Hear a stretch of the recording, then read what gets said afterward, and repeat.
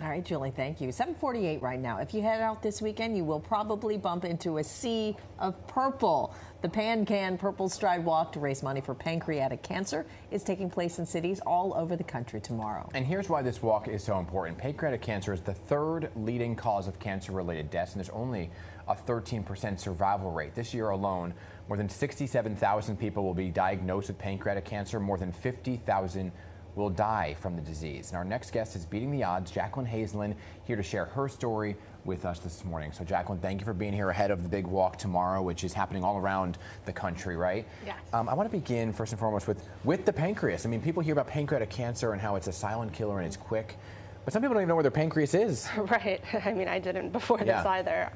But it's actually a small organ gland.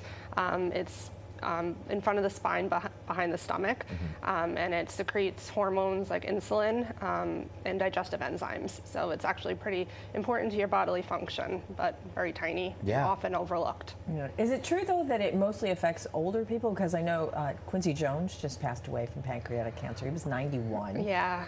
Yeah, typically it's known as an older person's disease, but, you know, more often now we're seeing it in younger folks. Well, let's talk about your story, because you're one of these younger people, as we talked about a younger generation who's being afflicted by this. What age were you diagnosed? And what I've been hearing, I've been doing this walk now for a couple of years, and I'm honored to continue to do it, but what I hear is that one day all of a sudden you just have symptoms, and then at some point, for some folks, it's a little too late at that point. So what happened to you?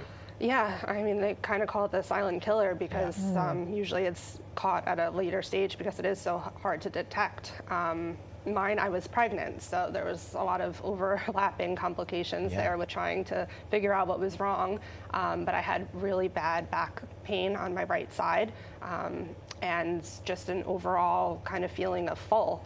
But being pregnant, they weren't sure what was going on. So back pain is one pregnancy symptom. So it presents itself in different ways in different people. Some people have a jaundice look, yellowing of their eyes or their skin, but that wasn't with me. So it's very difficult to detect because the symptoms are so vague.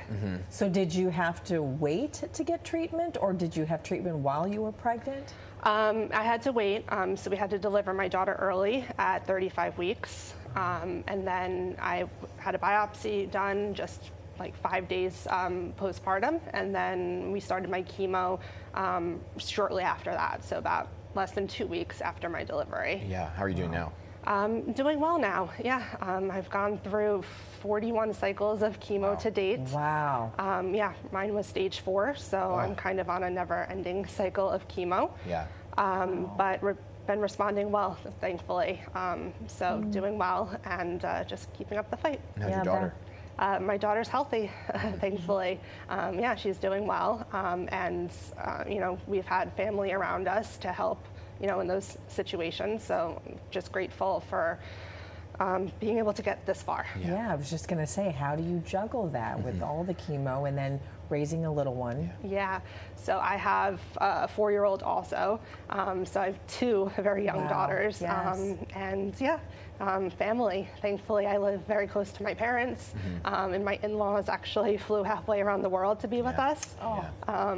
So it's been quite tumultuous, but without them, we wouldn't have been able to make it through. We're so happy you're here and doing that. You're doing well. Thank you. What's amazing is you're talking about the support system of your family, and what I've noticed at these events, because they are so important to raise awareness, raise money for research as they continue to kind of break through some ground, some cancer research here about pancreatic cancer, but it's amazing to see the support system within the community of folks who have lost somebody to pancreatic cancer or who has survived, just like you. Absolutely. Can you talk about the importance of the walk and the strong community that it builds? Yeah. No, the walk is definitely crucial to raising those funds for pancreatic cancer research. Like we, alluded to earlier, it's a growing concern among young people. So that's why the walk is so important to me in raising those funds. And then, the community. I mean, it's a community that nobody wants to be a part of, but kind of like motherhood. Once you're in it, like. That's the only reason why, you know how to get through it is, experiencing it firsthand. And people in the cancer community, they're some of the nicest people I've ever met.